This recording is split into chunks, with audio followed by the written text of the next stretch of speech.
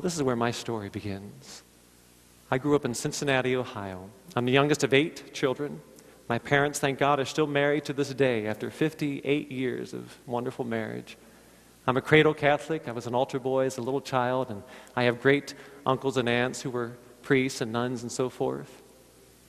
And I went to school to study piano as a youngster at the Cincinnati Conservatory, and I went on to study music in college for a couple years. And I transferred to the University of Cincinnati to study electrical engineering because I wanted a big family someday.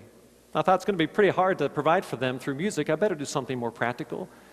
You know, God doesn't waste anything. And He used all those choices for divine purpose. Because part of my engineering career brought me to Boston, Massachusetts as a co-op student.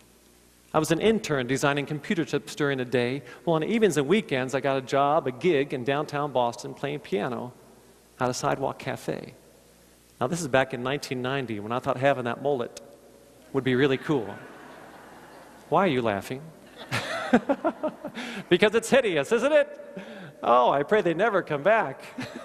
But thankfully, it didn't scare away a pretty girl from northeast Kansas named Melissa, a farmer's daughter who wandered by one day and sat next to me on the piano bench. And here I am, the geeky, nerdy engineer. I didn't date a whole lot. I wasn't comfortable around girls, and I was shaking in my boots and doing all I could just to keep my fingers on the right notes.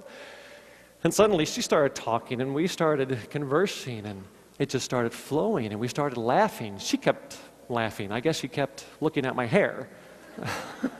No, it had to be a divine appointment. How else could you get a city slicker from Cincinnati, a country girl from Kansas, in the middle of downtown Boston?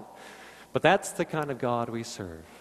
And see, when you dedicate your life to follow Him, He'll give you all you need. He'll arrange those moments in your life and put you where you need to be. You don't have to seek that spouse or partner or position or whatever it might be. Seek Him, and He will do a divine thing. Of course, it didn't hurt that Melissa reached into her purse, pulled out a $5 bill, and put it in that tip cup you see right there. Ever since then, she said, well, that's the best $5 I ever spent. Well, we quickly fell in love over a bowl of ice cream.